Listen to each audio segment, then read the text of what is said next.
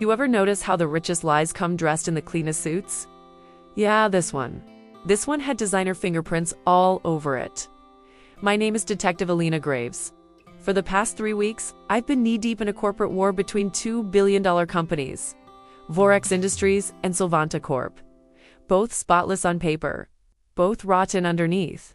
Missing funds, stolen patents, executives quietly resigning, and one accountant found dead in his penthouse with a smile carved into his face. Yeah, this wasn't business. This was personal. Vorex pointed fingers at Solvanta. Solvanta pointed right back. Each CEO sat across from me like they were rehearsing for an Oscar. Victor Holle of VorexSmooth.com, the kind of man who'd apologize while ruining your life. And Leela Crest of Solvanta Sharp, calculated, with a smile that could cut glass. They hated each other, or at least, that's what they wanted me to believe. The deeper I dug, the uglier it got. Emails erased, but not really. Accounts offshore badly hidden. Contracts rewritten at 3 a.m., like someone was trying to outsmart time itself.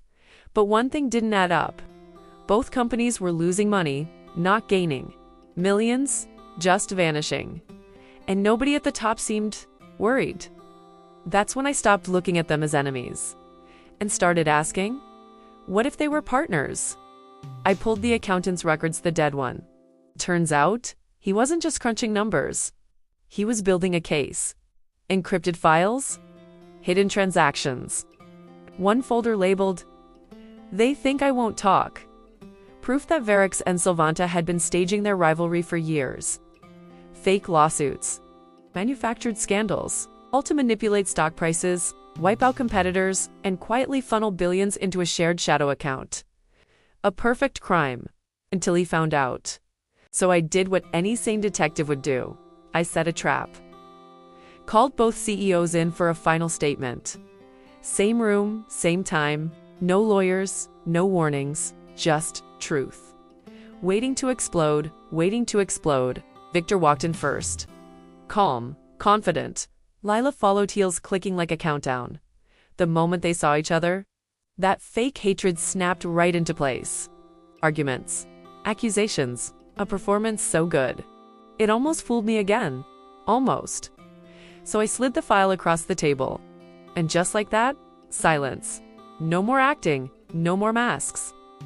Victor leaned back, smiling. Leela, she didn't even flinch. "You're smarter than the last one," she said. The last one. The accountant. That's when it hit me. They weren't scared. They were relieved. Victor chuckled, low and cold. "Do you know how long we've been waiting for someone to figure it out?" "Yeah, that's not something innocent people say."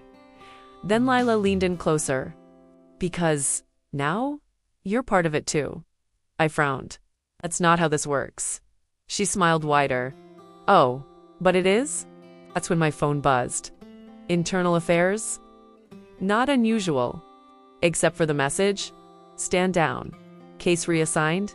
Reassigned? No. Shut down. I looked back at them. Victor, Lila too. Enemies united by corruption.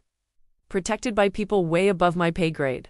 And just like that, the case was dead. So here's the lesson. Sometimes the loudest fights are just distractions. And the real deal happens behind closed doors, with a handshake and a shared bank account. And if you dig too deep, you don't expose the system. You become part of the cover-up. If you like dark, petty stories with twists you didn't see coming, like, share, subscribe, and comment for more. Because trust me, this world, it's way messier than it looks.